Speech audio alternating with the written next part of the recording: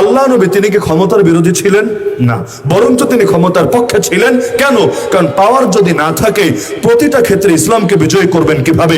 যত মাহফিল করেন, যত দাওয়াত দেন, যত মাদ্রাসা করেন, যত তাবলীগ করেন, যত খানকা খোলেন, আরে পার্লামেন্টের মধ্যে ইসলামের বাতিকে কিভাবে জ্বালাবেন? কোর্ট কাচারি থেকে ব্রিটিশ আইন, মানব রচিত আইন, বিভিন্ন কুফরি শিরকি আইন দূর করে আল্লাহর জমিন, আল্লাহর বিধান কিভাবে কায়েম করবেন? এই যে গোটা জাতি রন্ধে রন্ধে সুদ ছড়িয়ে গেছে, আর সুদ মানে আল্লাহর বিরুদ্ধে যুদ্ধ। আল্লাহর বিরুদ্ধে যুদ্ধ মানে অর্থনৈতিক ভাবে দুর্ভিক্ষ আসবে আসবে, বেবরকতি আসবে আসবে। জাতিকে কিভাবে বাঁচাবেন? সুদ মানে বৈষম্য বাড়বে, সুদ মানে জুলুম হবে, সুদ মানে আরে 95% মানুষ গরিব থেকে আরো গরিব হবে, বাকি 5% মানুষ ওরা কোটিপতি থেকে আরো কোটিপতি, আরো কোটিপতি, আরো কোটিপতি হতেই থাকবে। কেউ টাকা রাখার জায়গা খুঁজে পাবে না, আর কেউ নুন আনতে গেলে পান্তা ফুরাবে। তো কিভাবে দূর করবেন? তা আল্লাহ নবীজি তিনি মক্কায় কেন ক্ষমতা নিলেন না?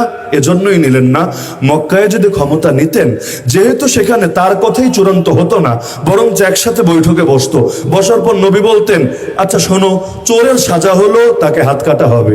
আবু জাহাল বলতো, কুল ভাতিজা কুল, চোরের সাজা হলো আগে দলের না বিরোধী দলের এটা দেখতে হবে।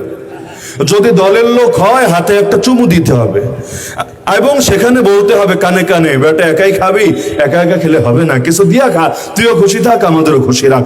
আর যদি বিরোধী দলের হয়, হাত কবজি থেকে না, প্রয়োজনে একেবারে কনুই থেকে অথবা বাহু থেকে কেটে দেওয়া হবে। আবু লাহাব বলতো, থাক এগুলো বেশি বাড়াবাড়ি হয়, তাহলে 6 মাসের জেল দিয়ে দাও, সব সমাধান হয়ে যাবে। এভাবে এক একজন এক এক মত দিত। সব মত নেওয়ার পরে কখনো নবী পাস, কখনো আবু জাহাল পাস, কখনো আবু লাহাব পাস। তার মানে কখনো ফয়সালা যেত আল্লাহর পক্ষে, কখনো ফয়সালা যেত আল্লাহর বিপক্ষে। নাউযুবিল্লাহি মিন যালিক। অথচ আল্লাহ যেই ফয়সালা দিবেন, রাসূল যেই বিচার করবেন, সেটাই চূড়ান্ত।